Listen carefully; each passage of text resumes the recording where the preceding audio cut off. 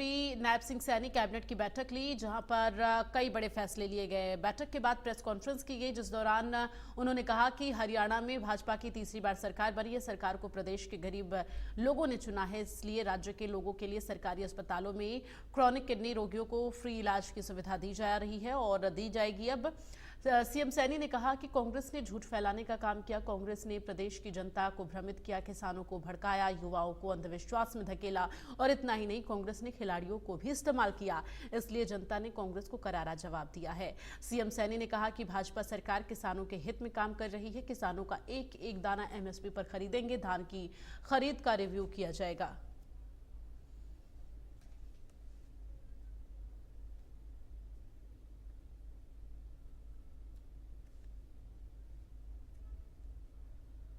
आज मैंने प्रातः जब अपने कार्यालय के अंदर में आया और सबसे पहले जो मेरे साइन हुए हैं फाइल पर, वो प्रदेश में जो किडनी के पेशेंट हैं, जो हमने अपने संकल्प पत्र के अंदर भी ये संकल्प लिया कि हमारी सरकार आएगी और हम जो किडनी के पेशेंट हैं उनका इलाज हरियाणा के सभी सरकारी हॉस्पिटल में फ्री।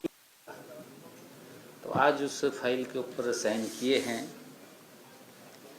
क्योंकि डायलिसिस एक इस प्रकार की बीमारी है कि व्यक्ति को एक डायलिसिस कराने में लगभग 2500 रुपये का खर्चा उसका आता है। महीने में कोई 4 भी कराता है, 6 भी कराता है, 7 भी कराता है। लगभग 20 से 25 हज़ार रुपये महीने का उसका खर्चा वो आता है। अब ये सारा का सारा खर्चा हरियाणा सरकार तुरंत प्रभाव से वो लागू हो गया है। हरियाणा प्रदेश के किसी भी हॉस्पिटल में अब व्यक्ति को ये खर्च नहीं उठाना पड़ेगा।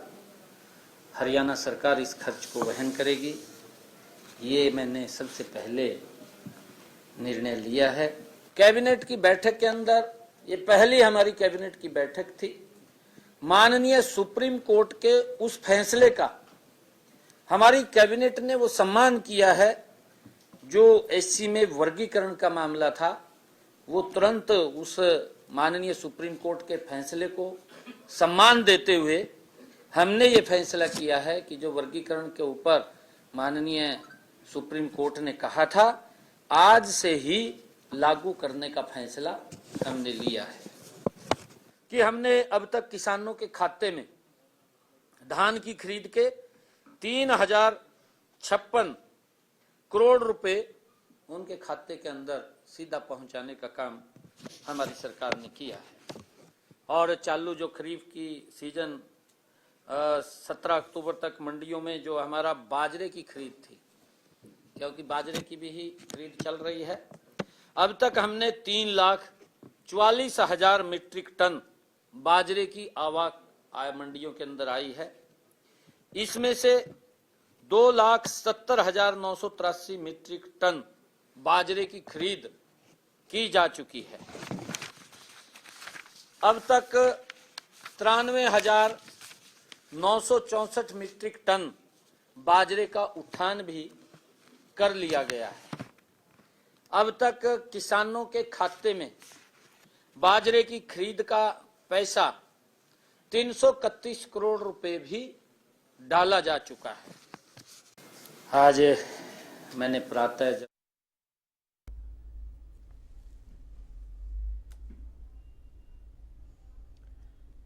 तो बीते दिन हुए पहली कैबिनेट मीटिंग में कई बड़े फैसले लिए गए, जिसमें किडनी रोगियों को अब निःशुल्क डायलिसिस की सुविधा दी जाएगी।